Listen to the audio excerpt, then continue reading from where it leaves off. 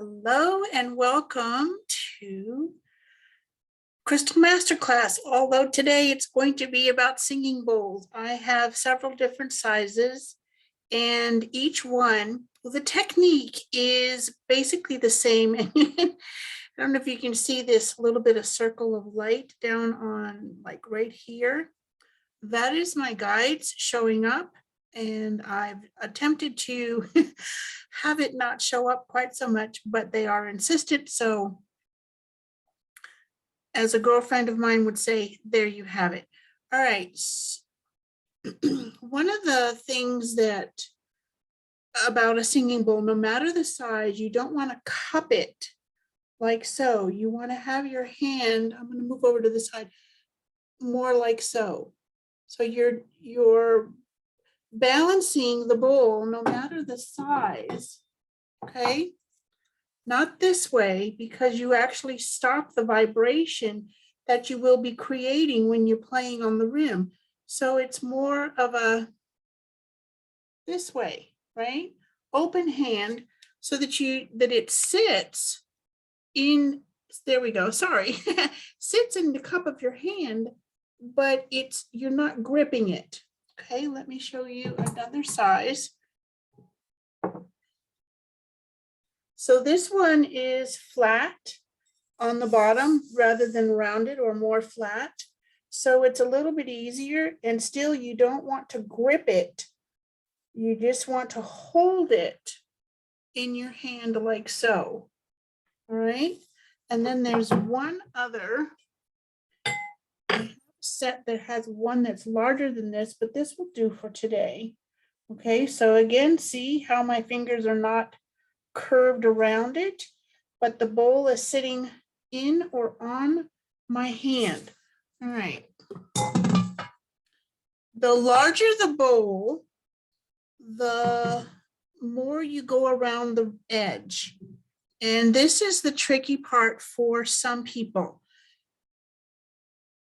That, and remember, these are made out of some kind of a metal, so they're not going to break.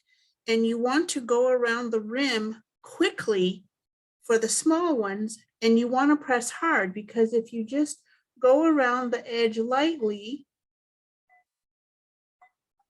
nothing's going to happen, because what you're doing is building up vibration as you go around. So see how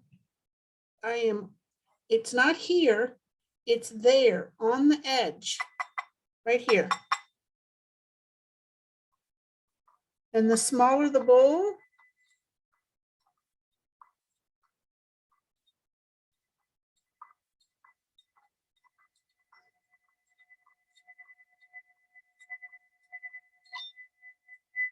the faster you go.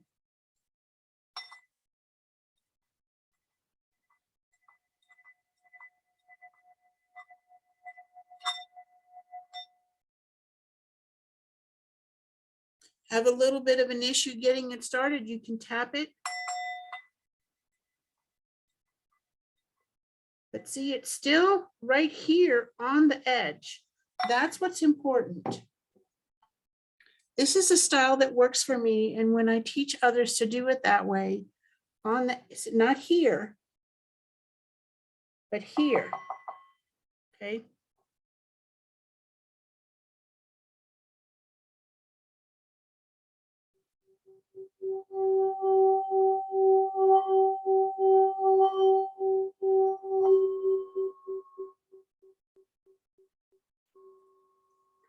See, now I'll show you. With my fingers gripping it, there's no sound.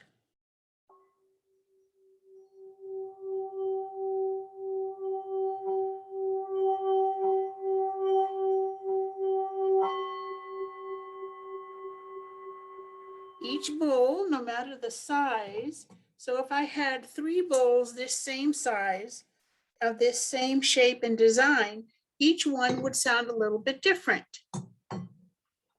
This is another of my favorites. Be careful. This has a beautiful design on the bottom. Can you see it? And then on the sides.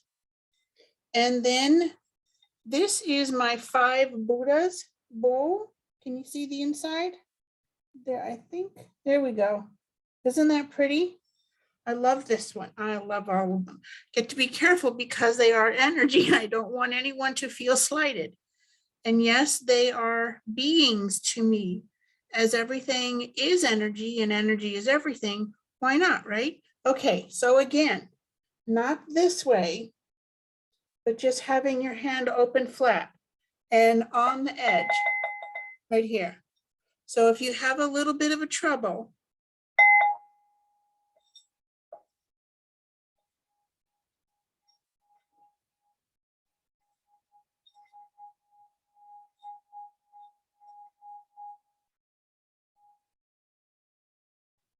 if you've not used singing bowls before, it could take some practice.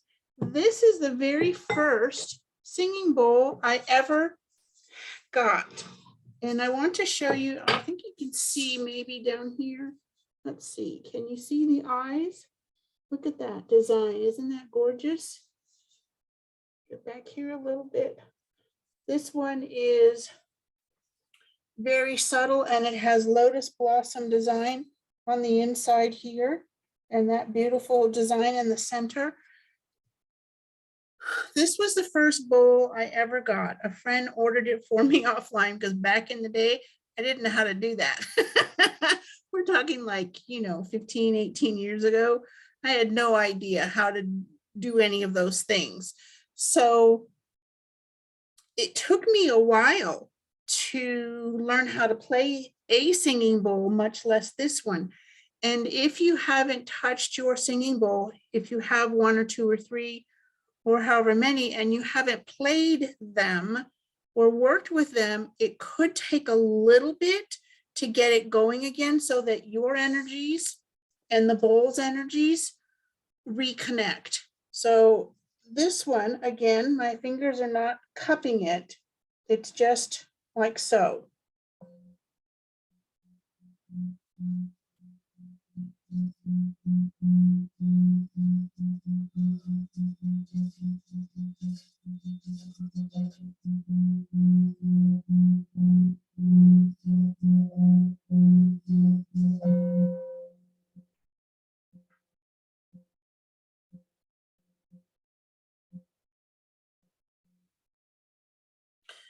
It will take some practice, and there were some that I sold way before I had an online store. We're talking about, I think maybe 15 to 18 years ago. I had some hand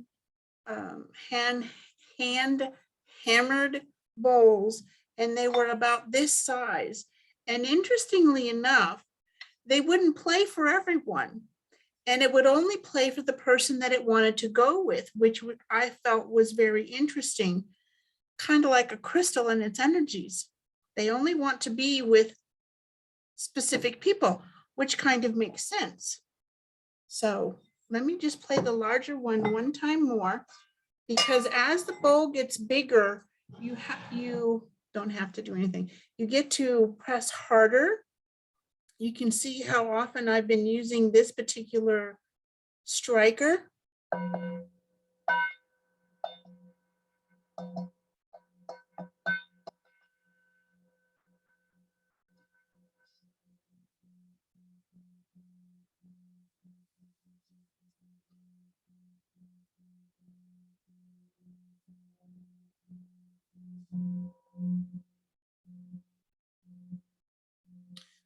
And when you start to practice this, whether you have a bowl or you're going to get one, the first sense that you're actually creating the sound for the bowl or connecting with it in the right way. And the right way means in order to create the vibration, which then makes the song, the melody, the music. So when you feel the vibration start to come into your hand, that's when you want to keep going.